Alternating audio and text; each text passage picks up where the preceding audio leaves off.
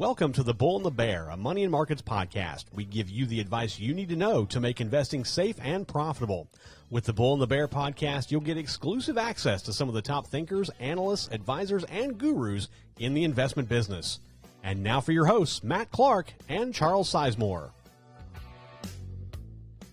And welcome to another episode of The Bull and the Bear, a money and markets podcast. I am Matt Clark. Glad you are joining us, and happy to have you along with us. By the way, just to let everyone know, we are a part of Money and Markets, which is a financial website, and just want to let everyone know how you can get to Money and Markets. I'll be a little smoother with the transition next time, but moneyandmarkets.com is where you want to go for financial news, financial advice.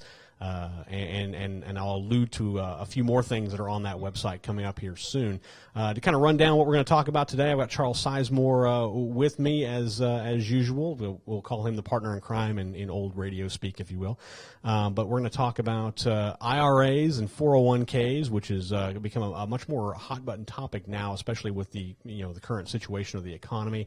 Artificial intelligence is going to be another topic of discussion today. I'm going to talk about AI stocks, the AI sector, and then we've got a special thing for you at the end. We're going to talk to Adam O'Dell, who is the Chief Investment Strategist for Money and Markets. We're going to have him on every week, and I tell you what, not to play him up too much or to give him too big of a head, but if you want to talk about a guy who's rock solid in the markets and knows what he's talking about, this guy's it. So you definitely want to hang out until the end and hear what he has to say. And like I said, we're going to have him on every week, and guy's just he's genius. I bow in awe to his market greatness. So, but let me bring in Charles Sizemore. Charles, how are you, sir? Doing well. How about you? Not too bad. Not too bad. I know that not to divulge too much, but the travel situation didn't quite get worked out this week. But hopefully, fingers crossed that we get you home sooner rather than later. Yeah. Yeah, sooner rather than later. That's what I'm hoping for. I have no doubt of that. All right, well, let's jump right in. Earlier this week, Charles, you wrote a story regarding Roth IRAs on moneymarkets.com, and it was particularly interesting because you drew comparisons between Roth IRAs and 401ks, and so many people now are thinking about retirement. How can we save for retirement? What do we save for retirement? What's the best avenue to do so? Companies now obviously do 401ks through their own programs, and there's a wide range of options out there in addition to obviously investing in the markets for retirement, which is completely plausible as well. But it was interesting that you drew comparison, and I think now is a really good time to talk about Roth IRAs, 401ks, and retirement, considering the state of the market flux and how things are going back and forth. So I guess I really just want to turn it over to you, and I want you to talk about first off, you drew comparisons between Roth IRAs and 401ks. So I guess let's give a quick primer in terms of what the differences are. So talk about that first. What is, if I'm new to retirement and I don't really know what to do, which is millions of Americans face this thing on a regular basis. I'm looking at 401ks, I'm looking at Roths. Give me the rundown. What are the pros and cons to both of these potential retirement services? Yeah, sure. So kind of some definitional stuff. We'll lump IRAs and 401ks all together as just retirement accounts, and we'll divide that further between traditional and Roth. Of course, my joke in the article was, William Roth, the late U.S. Senator that sponsored the bill that created the Roth structure, there were room for a fifth head on Mount Rushmore. Every financial planner in America would vote to carve his face onto the mountain. It's been a really nice planning tool for decades. But the essential difference between a traditional IRA/401k and a Roth 401k/IRA is where you take the tax benefit. Under the traditional way, you get a tax benefit right now in this tax year. All of your interest and dividends and capital gains grow over the course of their life in the vehicle, tax-free. And then when you eventually take the money out, you pay taxes at ordinary income rates in retirement. That's the traditional way. You get a tax break today. You benefit from no taxation for the length of the investment. When you retire, you pay taxes then. Well, the Roth model flips that around. You get no tax break in the year you make the contribution, but the earnings, just like a traditional, they continue to grow tax-free indefinitely. The critical difference is when you take the money out in retirement, you're not paying taxes on it then. You can take the money out tax-free. And an additional wrinkle to that is under the traditional 401k and IRA, you are required to take distributions once you hit a certain age. Right now, 70 and a half. Not 70, mind you, not 71, it's 70 and a half. I mean, it's like when you ask your, 7-year-old kid, how old are you? I'm 7 and a half. Not, that's, they're proud of that extra half year. That's what this reminds me of, but that's Congress in its infinite wisdom. It's that required minimum distribution age is exactly 70 and a half. Where that gets fun is the Roth IRA has no required minimum distribution. So you can, in theory, never take distributions from a Roth if you're not really wanting to use the funds in retirement. You can just let the money compound from now until the end of time, and then when you eventually die, you can just give it to your heirs or give it to a charity or do whatever you want to do, but you're never going to have to pay taxes on it in your lifetime. So that creates some interesting math, because if you're a relatively low income earner now, let's say you're young, let's say you just started your career, or importantly, given what's happening with the virus these days, let's say that your income is temporarily depressed because your business has taken a hit, or because you're out of work, or because your hours have been cut back, or because your life has been thrown into disarray because of the coronavirus and the lockdowns, your income could be depressed. Why would that matter? So that tax break you get, by the way, I'm on a farm, so I don't know if all this is coming in on the microphone right now, but there are some horses just raising absolute hell. No, you're fine. 50 yards from me. So, no, you're good. So I kind of almost wish that was on the microphone, because it would have made for some nice sound effects, talking about finance with horses whinnying in the background. At any rate, so, let me back up for a second. It's kind of it's your decision about which makes more sense, to go the traditional route and you get that tax break right now, or going the Roth route where you don't get a tax break today, but you get it years in the future. A lot of that comes down to what your tax bracket is today.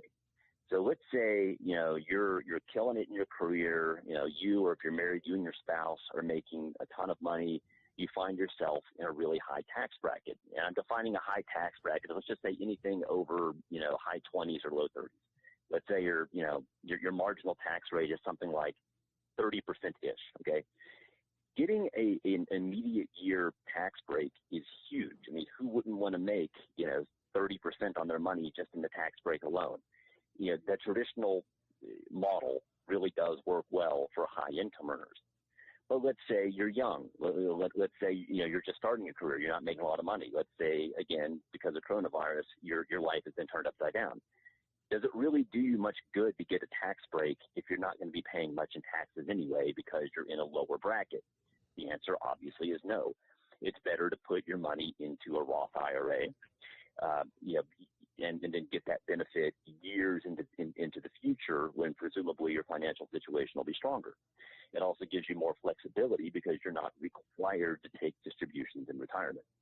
So this has created, for people for whom the Roth IRA would have never made sense in past recent years here, because their income was just too high.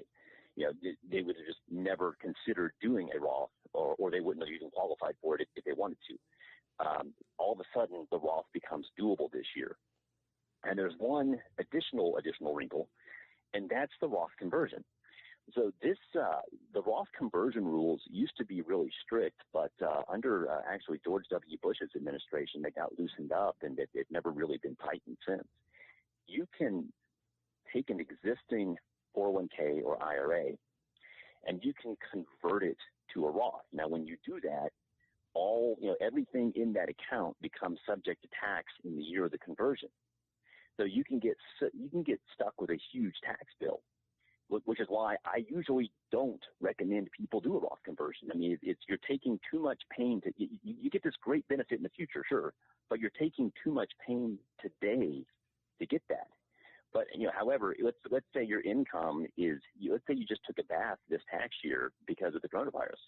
Well, if your income is really depressed, then why not do a Roth conversion? You can take those traditional IRA or 401k balances, convert it to a Roth, get this fantastic long-term tax benefit, and you're not going to get soaked too badly on the taxes because you're temporarily in a lower bracket. So that's my very long-winded explanation. No, that's good. And I think for people who are obviously contemplating retirement and living in our economic situation right now, it's good information to have. I mean, basically, it comes down to your situation. Where are you at this point in time in your life? And it's good to talk with a plan sponsor or someone like that to maybe get a little bit deeper detail to really finalize what you want to do. But the good news is there's options. The good news is that the differences between those options are very obvious. They're not minuscule. It just kind of comes down to plugging yourself into, are you in column A or are you in column B, and what then best suits you moving forward. So no, I thought that was really it was a really good piece on moneyandmarkets.com, and it's something that is at the forefront of people's minds now, because 401ks that invest heavy took a bit of a hit when the stock market tanked in March, so it did have an impact on some people's 401ks. But good information. For more of it, make sure you check out Charles' story on moneyandmarkets.com. To switch gears a little bit, and this is not just switching gears, this is changing cars. I want to talk about artificial intelligence, and I'll preface by saying that when it comes to tech like 5G and artificial intelligence, I'm fairly bullish. I believe that even though these sectors now are trending a bit downward, that in the near future there is going to be a massive explosion. And as an investor, I think there's an ample opportunity here to start, building that foundation for solid gains down the road. But I want to focus a little bit more on artificial intelligence, and I would use the reference that back in the 1980s, 86, I believe, when Microsoft had its IPO. Its IPO launched at $21 a share. It closed the first day at, I believe, $27 a share. Now, if you factor in price appreciations, dividends, all the math that goes into it, if you had invested $1,000 on the day that Microsoft stock launched publicly and just held on to it, didn't do anything with it, didn't just sat and watched, you'd be looking at around, and the math here is I could be off a bit, but not by a whole lot, looking around $2 million in terms of what your investment would look like today. And that's off of a $1,000 investment. Sure. To me, that speaks volumes. And I think it's one of those things where, as an investor, you always want to try to catch lightning in a bottle. And you want to make that lightning last as long as possible, because you want to try to find what's the next hot thing, what's the next, insert sector here, what's the next thing in that sector that is going to really take off and provide me with monumental gains, like a Microsoft, like an Amazon, like, insert big blue chip stock here that has really taken off.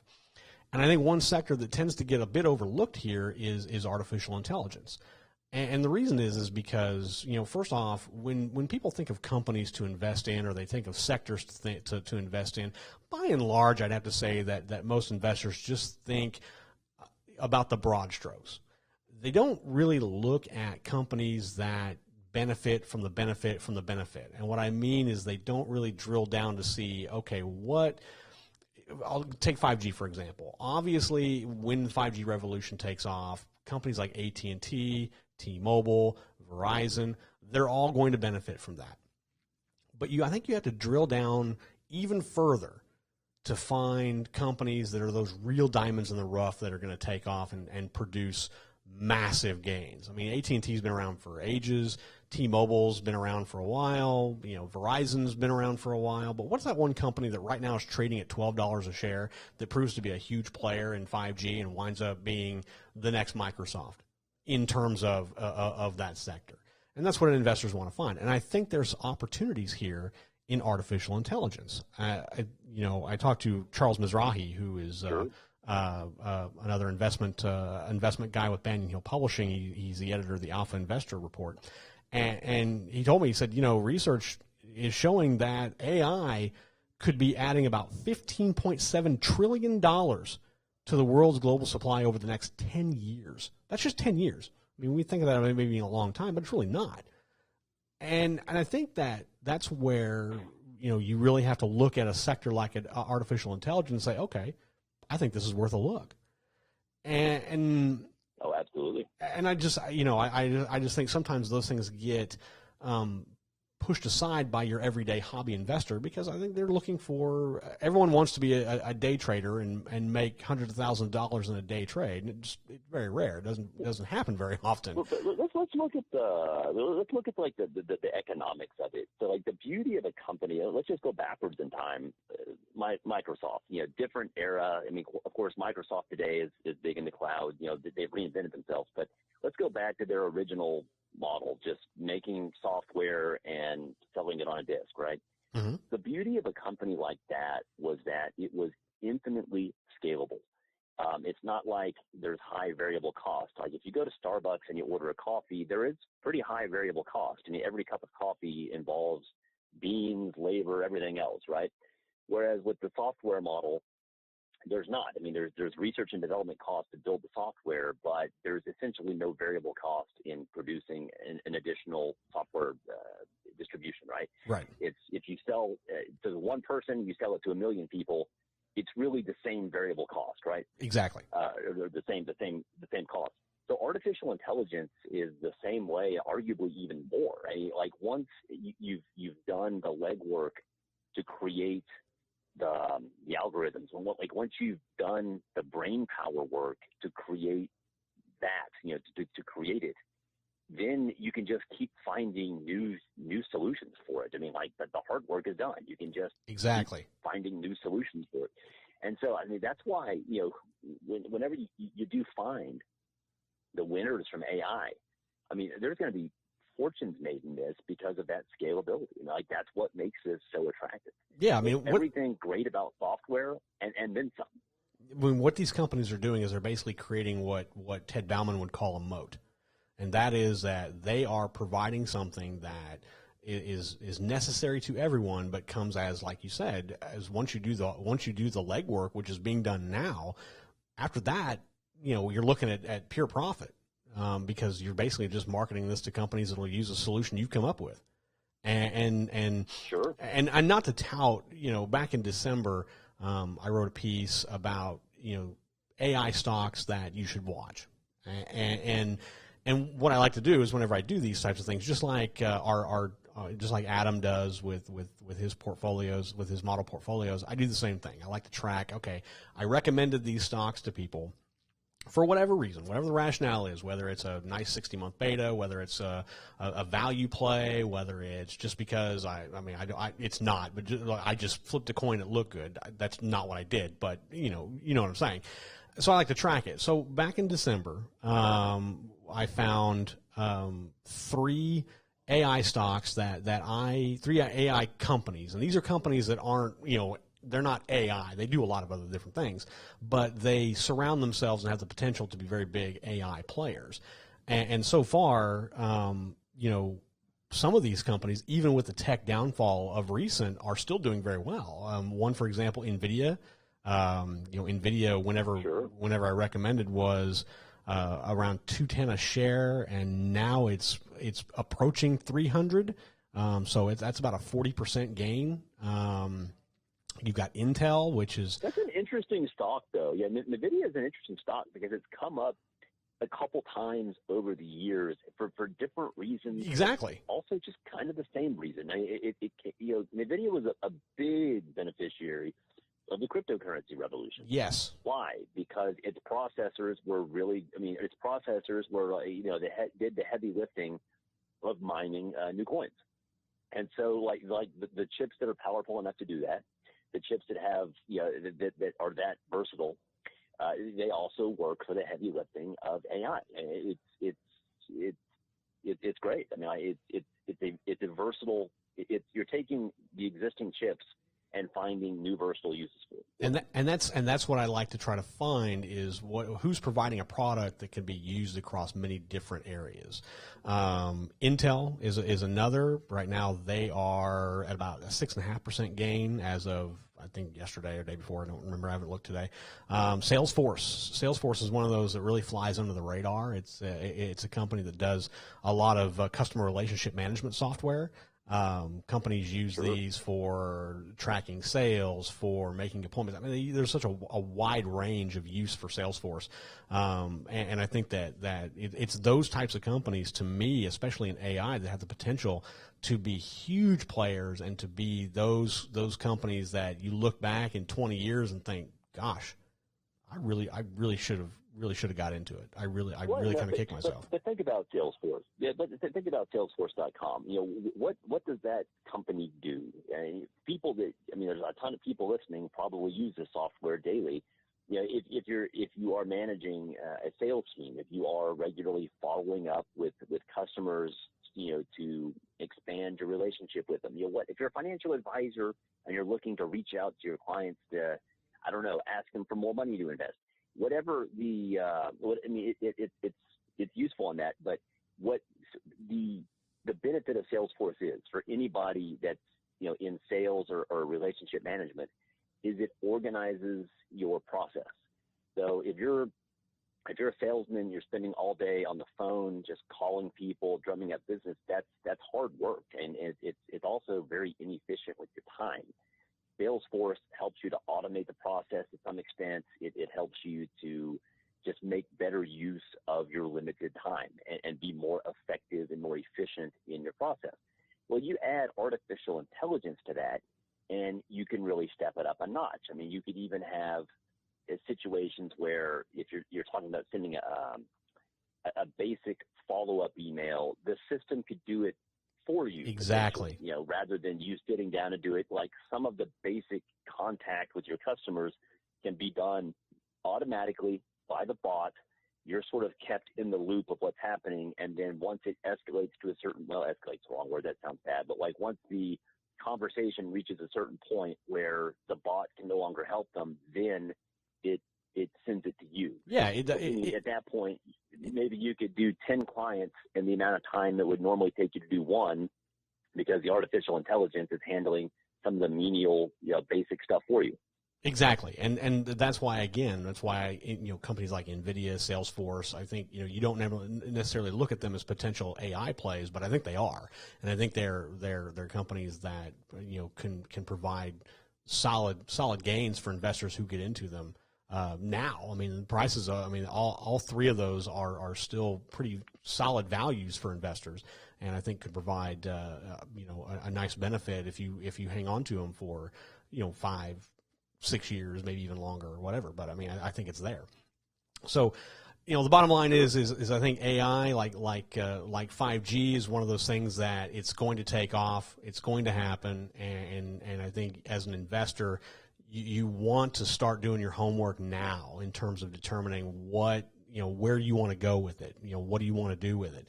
But I definitely think they're sectors that you should take a look at. Aside from the fact that I'm bullish on it, I still think they're sectors that investors will kick themselves for not getting into at this point in time. So moving on to the treat of the day, if you will. What we've decided to do here is put him on the spot. But recently, moneyandmarkets.com brought on a chief investment strategist, and we could not have found a better guy to do it. There was not a better person around, whether available or not, that could fill the role that Adam O'Dell has filled with Money and Markets. And this guy, I've met him a couple of times. I've read his stuff. And you want to talk about, knowing the pulse and providing investors with sound advice and understanding the markets and knowing how to present that information, to whether you are a seasoned investor or whether you are a rookie investor. He does it. And so I want to bring him on now, as we hope to do every week. And Adam, first off, welcome. Thank you for joining the Bull and the Bear, and we're very fortunate to have you with us today. Absolutely, thanks for having me. And I guess I could tell your story, but I think it's better coming from you. So I guess my first question to you, just to kind of get things going, is because there may be some people out there who don't know who you are, but need to know who you are. So tell me about your background. What's your story? Where'd you come from? How did you get to where you're at right now? Sure. So before I began kind of in the newsletter industry, I was in the traditional money management industry. I worked for a Fortune 500 financial planning company. I was doing financial advising, working with high net worth clients, trying to get them in the right spot for their retirement. So that's where I kind of cut my teeth in the industry. But I was in that throughout 2008, and I basically realized that through 2008.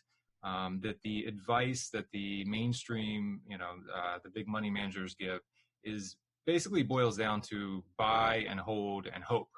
And there really wasn't, a risk management mechanism. There really wasn't a way to profit from or protect yourself from the downside in markets.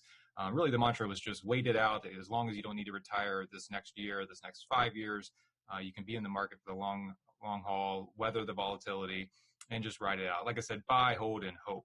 And so that didn't really work well for most of our clients, as most people know, in 2008, anybody that lived through that. It didn't sit well with me because I knew that there had to be a better way. So I kind of kept figuring out a better way. And from that point on, I got into proprietary trading. I did a lot of trading in the foreign currency markets. I ran a diversified futures trend following fund. For fund of funds. So I was basically working with institutional clients. So that's really where I got away from buy, hold, and hope, but I still wasn't working with individual investors. I was working with institutional investors, and that just really wasn't fulfilling for me. I wanted to be able to work with individual investors like I had originally sought out to do, but just in a more active way. So I wasn't simply telling them to buy, hold, and hope.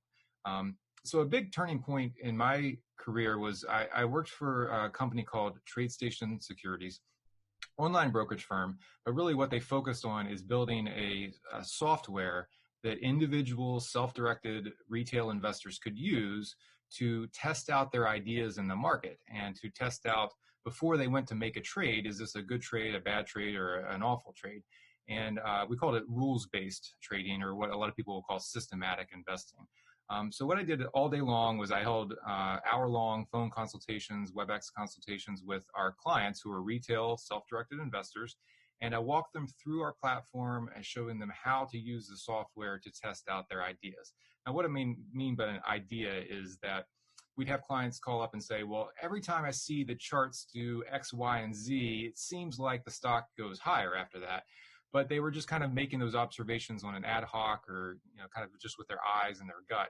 And really what the software allowed them to do is test out that idea. If I, in fact, bought a stock every single time that X, Y, and Z lined up, would I have made money in the long run or would I have lost money in the long run? So I really saw how that was a transformative experience for self-directed investors. One, it did really two things. First of all, it showed them how to take advantage of all the inefficiencies and all the behavioral biases that basically move market prices. So it allowed them to take advantage of those inefficiencies and actually profit from them. The second thing it allowed the individual investor to do is to protect their own selves from the same emotional pitfalls that everybody falls victim to. So by following a system, you can basically take advantage of the mistakes that other investors are making when they're making gut feel decisions And at the same time, you can protect your own self from making those same mistakes. And that's truly when it gelled for me. That's when I saw that you can do this. As a self-directed individual retail investor, you can beat the market. You can do exactly what you want to do, which is invest in the market for the long haul, invest it in it prudently with risk controls, and make a lot of money in the process. You can do that. You don't need a Wall Street money manager. You don't need to day trade or try to do it all on your own. But what you do need is some type of a system. It's interesting, like when you guys were talking about Salesforce, Charles said that basically organizes and automates the process that had been done by individuals based on discretionary or gut decisions. And it did so that person could be more efficient and more effective. And I really couldn't have had a better lead. That's exactly how I see systematic investing. Systematic investing takes good ideas like investing in value stocks, or a good proven idea like investing in momentum stocks. And it organizes your process and it automates your process so that you can be more effective and more efficient. A lot of people, when they hear about systematic investing, they think that, oh, it's a black box. It's an algorithm that's running some high frequency trading strategy and it's all baloney and it's not for the retail investor. That's not how I view systematic investing. Again, systematic investing could be as simple as having 3 rules. If X, Y, and Z all line up on the same week, then I'm going to buy a stock, and then I have a rule for when I get out of that stock for either a profit or a risk management loss. That's really all that systematic investing is. And truly, I've worked with a ton of retail investors, and those are the only ones that I see as truly successful over the long run. The folks that have something of a well-defined system for themselves, and then the discipline to actually stick to that system and follow it through thick and thin, through the ups and downs. So, TradeStation was very transformative for me. I still wanted to be able to run my own strategies. I wanted to work with more retail investors. And so that's really why what I'm doing right now is a perfect fit. You mentioned systematic investing, and first off, I think that's a great methodology to use. I think it benefits, no matter what kind of investor you are. I think taking a systematic approach is beneficial. But let's be honest. These market times have been unlike anything we've seen in at least a decade, if not longer. In March, the markets were fluctuating so wildly that it became impossible to determine what was going up, what was going down, and when that was happening. And even now, I don't think we're at a point to where we can breathe easy with the market, even though things have ticked up. I think there's still a lot of volatility left in the market. I think there's still a lot of downs to hit us. I don't think we've reached the lowest point that we're going to reach. I think it's going to probably get worse before it gets better. So I guess I want to ask you, Adam, real briefly, tell me, how does your approach help any investor, whether they're listening or they jump in late, or how does your systematic investing approach, how does it benefit the average investor or any investor? Yeah, with the volatility in the market now and with so much uncertainty ahead, this is really the ideal time to be following something of a systematic strategy. You mentioned the possibility that we'll test the lows. Certainly in the middle of this crisis right now, the end result or the end of the story is very much still to be determined. So I personally would not be at all surprised if we do retest the lows, if we make new lows. That would not surprise me. But at the same time, the great thing about systematic investing is that my opinion doesn't really matter that much. Everybody has their opinions on the market, whether we hit a new low, whether we hit highs first, whether we have a V-shaped recovery or a U-shaped or L-shaped or Nike swoosh. Opinions abound, but financial markets are so complex that if you base all of your investment actions on your opinion, then that's really a great way to lose money. And that's what systematic investing does. It kind of gets you out of that rat race of having to wake up every single day, reading the news, and then forming an opinion on whether stocks are going to go up or down that next month. So, a great example of that, the current environment we're in now is crazy, but if you look all the way back, we started off kind of in a bear market environment in late 2018. So the fourth quarter of 2018 was pretty rough. Stocks fell in October, November, December. They actually crossed into official bear market territory, down 20% highs on December 24th, Christmas Eve, 2018. So that was obviously a wake-up call for everybody. But what's interesting about taking the systematic approach is I wrote to my Cycle 9 alert subscribers, which we follow a system in that options trading service. I wrote to them in early July of 2019, just on the heels of that bear market touch. And I came I shared with them what my bear market action plan is. And it was a very simple 4-step plan. The first step was keep mental flexibility. Just admit that we're in a bear market now. Don't hold on to the idea that we have to be in a bull market to make money, and be flexible that we might go right back into a bull market pretty soon. So I said, keep mental flexibility high. Second step is to don't buy the dips. Resist the urge to go bottom feeding. We have a rule that says we only buy things that are already trending higher. It's a trend rule. And we do that because it's safer and more profitable over the long run to buy stocks that are already trending higher than to buy dips. So that was the second part of the plan. The third part of the plan was to look at alternative investments, things like gold and bonds and currencies, anything that doesn't necessarily move in lockstep with stocks. And then the fourth step was to look at opportunities to short stocks. We obviously know that short selling or buying put options, which is a much better way to do it, is tricky. It's not as easy as it looks, but if you get it right, you can make a lot of money on the downside of a market, and they can be great hedges in a tough environment. So that was basically my 4-step bear market action plan. Now, the ironic thing about it was that for the next 12 months or whatever, after I wrote about the bear market action plan in January of 2019, the market went straight up. Yeah. So, yeah. So, I mean, it looked like that's a great example of where I had an opinion. Right. Well, technically we were in the bear market. I had an opinion that it could persist. It could be a worse bear market. It could, we could go sideways for a long time. So I had an opinion that it was going to be a rough road ahead. My opinion was not that we were going to spend all of 2019 in a renewed bull market rally. But again, my opinion didn't matter. To bring this home, we made about 20 trades in Cycle 9 Alert in 2019. Some of them were shorting stocks. We bought put options on some. Some of them were going long stocks. In fact, we actually made more long stock recommendations in 2019 than short stocks, despite the fact that I came up with the bear market action plan.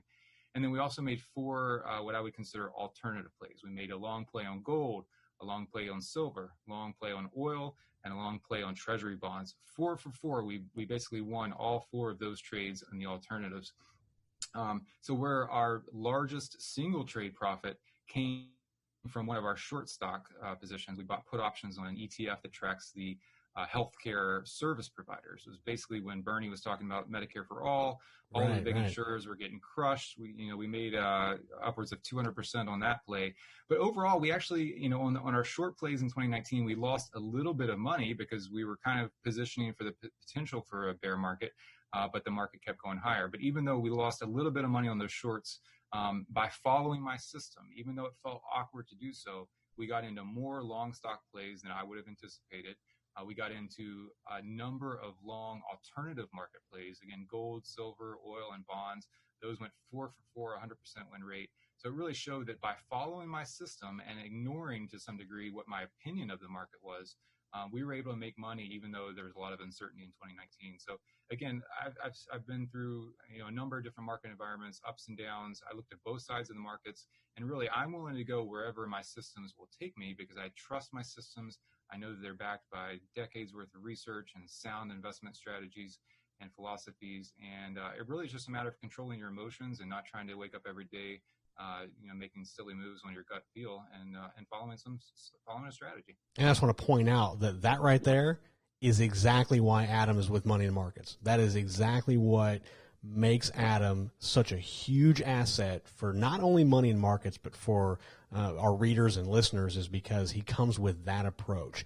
Now, besides Cycle 9, and I've read about this, you also have another systematic strategy that appears to be even easier to use, which is nice actually, and it's one that it appears to me anyway that it can capitalize on even wilder volatility in the markets, whether it's up or down, booms or busts. So touch a little bit on that. We probably don't have a lot of time to get into it today, but just touch just a brief bit of that. Yeah, sure. Well, Cycle 9 Alert is an options trading service. What we do realize that not everybody wants to trade options for various reasons. So I came up with another way to trade both the booms and the busts in the market, playing both sides of the market with just 2 simple ETFs. These are funds that you can buy just like you buy a stock in any brokerage account. One of them seeks to take advantage of a risk-on market where basically stocks are going higher, and the other one is more protective and tries to capitalize on down moves in stocks or on spikes in volatility. So again, it's a very systematic approach. It's even more systematic than Cycle 9 is, and it's very, very simple. We are only in ever one of two positions. There's just two vehicles that we get into depending on which mode the market's in. It'll take a bit more time to explain exactly what goes into this system and why it's so specifically designed for this type of market environment where volatility is pretty wild and where there are a lot of swings up and down. So yeah, I'd love to get into that more. Maybe next week we can kind of dive into that. Absolutely, I think that's something that everyone should definitely take note of. But that's perfect, and I wanted to at least introduce Adam and let our listeners know what he brings to the table and what kind of an asset he is. And I think that's going to be about enough time for us today. Certainly do appreciate everyone who's downloading. We're increasing our presence almost daily. We're now on YouTube, so you can actually just check us out on YouTube. The Bull and the Bear podcast is all you have to do is search for on YouTube. You can subscribe to that channel. We're going to do a lot more stuff with it than that. Of course, the home is moneyandmarkets.com. Every day we are posting news, information, tips. You name it, we are covering the financial world. So make sure you check out moneyandmarkets.com. And the Bull and the Bear. We'll be back. We'll have a podcast midweek, and then Adam and Charles will join me again on next Friday, where we'll talk about, I don't know, we'll obviously going to dive deeper into Adam's systems and his methodology. So you're definitely going to want to be here to listen for that. Plus, I think we got a few other surprises that we may have up our sleeve for next Friday. So for Charles Sizemore, Adam O'Dell, I am Matt Clark. You have been listening to The Bull and the Bear, a Money and Markets podcast. We will talk again next week. Have a great weekend, everybody. You've been listening to The Bull and the Bear, a Money and Markets podcast. Tune in each week to hear insights on how to make investing safe and profitable for you.